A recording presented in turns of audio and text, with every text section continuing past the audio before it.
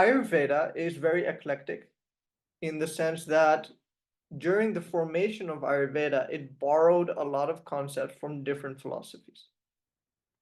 It borrowed specifically from six philosophies, which are now known as the Shad Darshana. Shad means six, Darshana means it's another word for philosophy. So the Shad Darshana, or the six philosophies, they are called also the six orthodox philosophies. What they mean by orthodox is they are all derived from Vedic thought. They are all derived from the Vedas. So they are just developments of the Vedas, specific developments of the Vedas. Of these six, the most important philosophies which formed Ayurvedic psychology are Sankhya, Yoga, and Vedanta. Sankhya is what I just talked about, the trying to understand the relationship between the universe and a human being, answering what the universe is made of, what a human being is, what is the relationship. That's Sankhya philosophy. Yoga is directly derived from Sankhya. So Sankhya is this theory about how this universe was created, where everything comes from. Okay, it's just theory that the universe is made in such way. This is what there was or what there wasn't before this universe existed. This is what there shall be if this universe no longer exists. What is our relationship in this whole story? That is Sankhya philosophy. Okay, that's what Sankhya philosophy is about. It's to answer these primordial questions that human beings have always had. Where do we come from? Where did this universe, how did this universe get created? It's to answer those questions. So Sankhya is an attempt to answer that. Yoga is directly derived from Sankhya. In fact, before yoga was known as yoga, it was called Sankhya Yoga. And later on, it got its own identity and it became yoga as a separate philosophy. But in the formation of the yoga tradition, in the beginning, it was called Sankhya Yoga.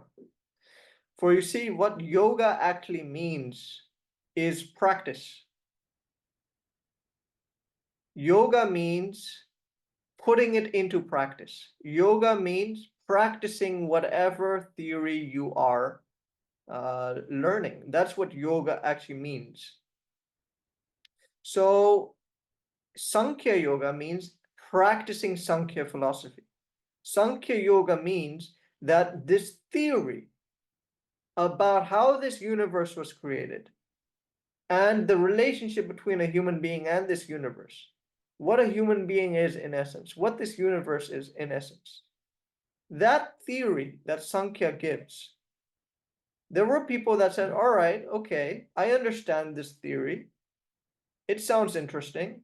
Maybe it's true, maybe it's not. But is there any way to verify if this is the truth? So when this theory was formed about the universe, that this is how the universe was created, this is our relationship with the universe, this is what a human being is, certain students of this philosophy said, hey, is there any way to verify if this is the truth? Is there any way to put this theory into practice? That how it is said that the universe is created, is there any way to know if that is any way true or not? So these people who are trying to understand if this theory really is the truth, these are who became the yogis. They are the ones who tried through experimentation to see if this theory is correct. Now, to really understand what they were doing to verify if this theory is correct, we have to understand the theory. which Sankhya is. So that is what we will also be learning today. We will be going over, okay, what is this theory? What is Sankhya philosophy all about? What is Sankhya telling us about the universe? What is Sankhya telling us about our relationship with the universe? So we will be going over that theory. Then it will become a little bit more clear how and what the yogis were doing to try to verify if this is the truth or not. Okay? So Sankhya, in essence, actually answers the question, who are you? What are you? Are you a human being? And if so, what is a human being? Have you always been a human being? Are you always going to be a human being? Was there ever a point that you never existed? Was there ever a point that you won't ever exist again? So these kind of questions are being answered by Sankhya philosophy. And the yogi said, okay, well, if this theory is the truth, I would like to verify. And that's where the tradition of yoga came from. The tradition of yoga was to confirm the theory of Sankhya. That is where yoga came from. And that developed into a very nuanced form of psychology because it involves studying the human mind, how the human mind is functioning. As a result of trying to confirm the theory of Sankhya, the yogis had to study their own mind as well.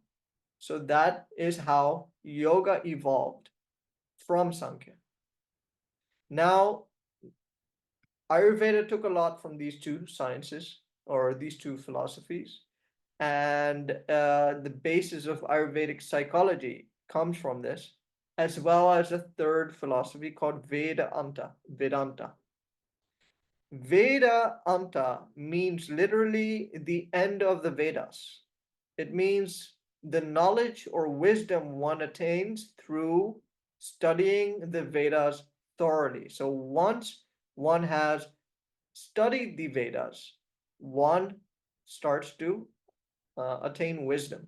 So Vedanta is what you get at the end of studying the Vedas.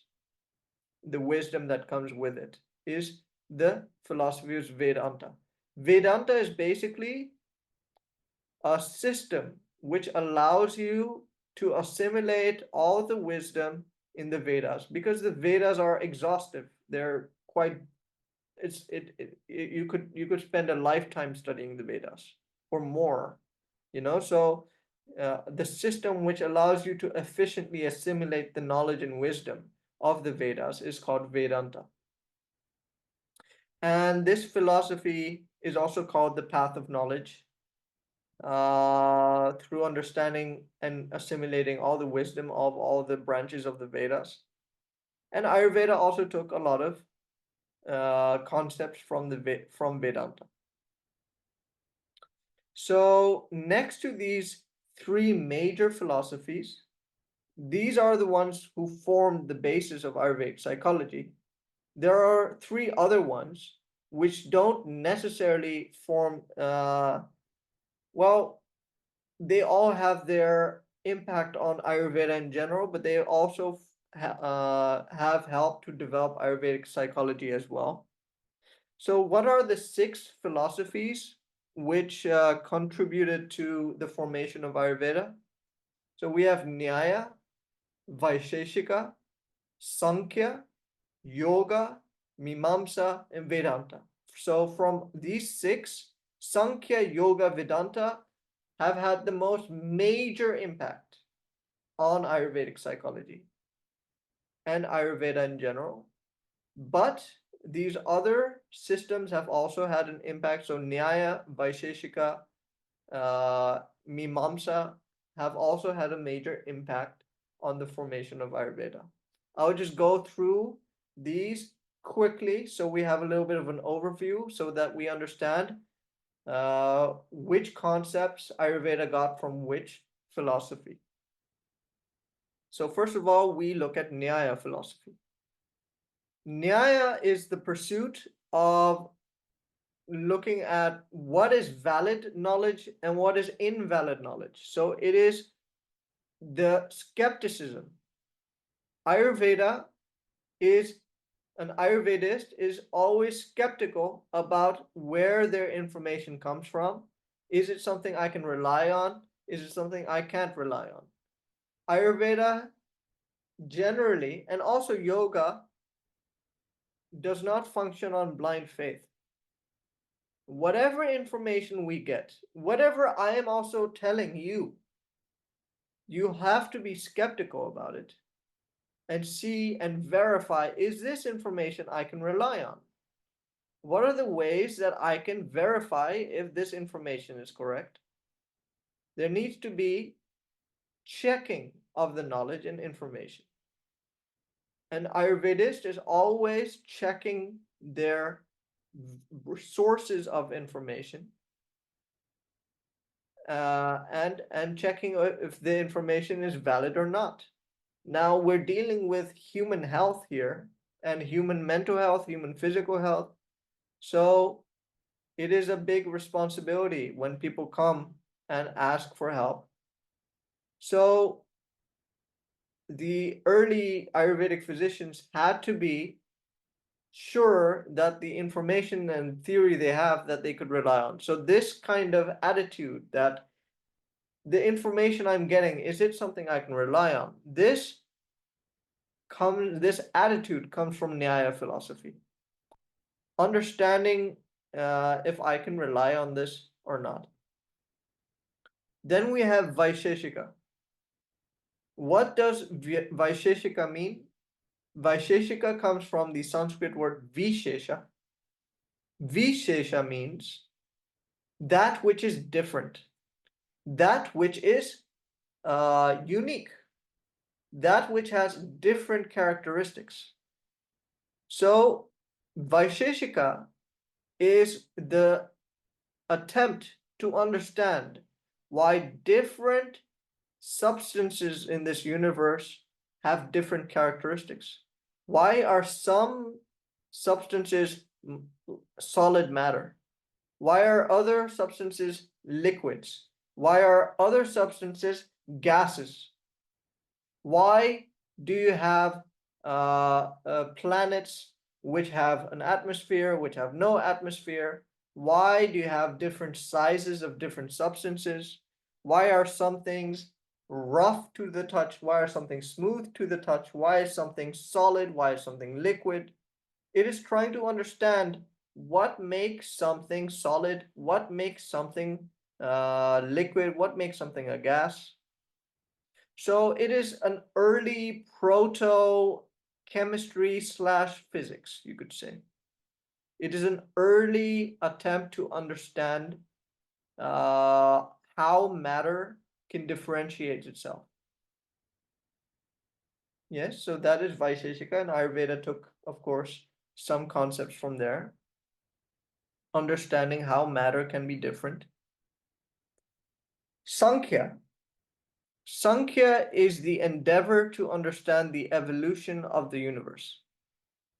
It is trying to understand how the universe, from a singular beginning, how could there be from a singular beginning this multiform, this innumerably differentiated and ever expanding universe? How could there be from one thing two things? You started out with one thing. There's nothing else, only one thing. And from that one thing, we now have this ever expanding universe with multiple things, right? How did that happen? Sankhya is trying to get behind that, trying to make that whole phenomenon understandable for the human mind. Because in the beginning, there was nothing. In the beginning, before the Big Bang, what was there? And how, from nothing, could there be the Big Bang? And all of a sudden, you have everything which we now have in the universe. It is said that at one point in time, this universe was smaller than the head of a needle. It's so small. And now look at how enormous this universe is. So trying to understand that is what Sankhya is all about. Now, yoga is trying to verify if that theory is correct. Another aim of yoga is to enter and merge into the state of yoga. But entering and merging into the state of yoga is actually trying to confirm Sankhya theory. Because if you actually enter the state of yoga, you witness and experience what Sankhya is telling you.